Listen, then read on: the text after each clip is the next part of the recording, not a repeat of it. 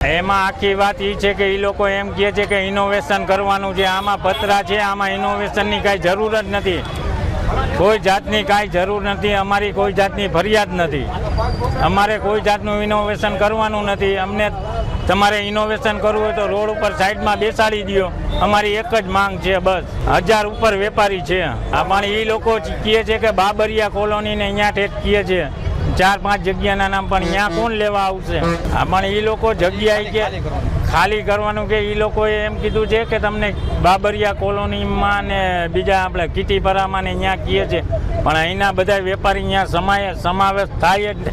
Renovation થઈ જાય પછી તમને જગ્યા આપશે એવું કીધું છે? એવું કાંઈ નથી અમને કીધું, કાંઈ એટલે કાંઈ નથી કીધું એવું. અમે એક જ માંગ કરી છે કે અમને સાઈડમાં બેસાડી દો રોડ ઉપર, અમે બેસવા તૈયાર છીએ ને. ઇનોવેશનની તો જરૂર જ નથી, એ તો ખોટી જ છે કે વાત કે ઇનોવેશનની આમાં પતરામાં જરૂર જ નથી.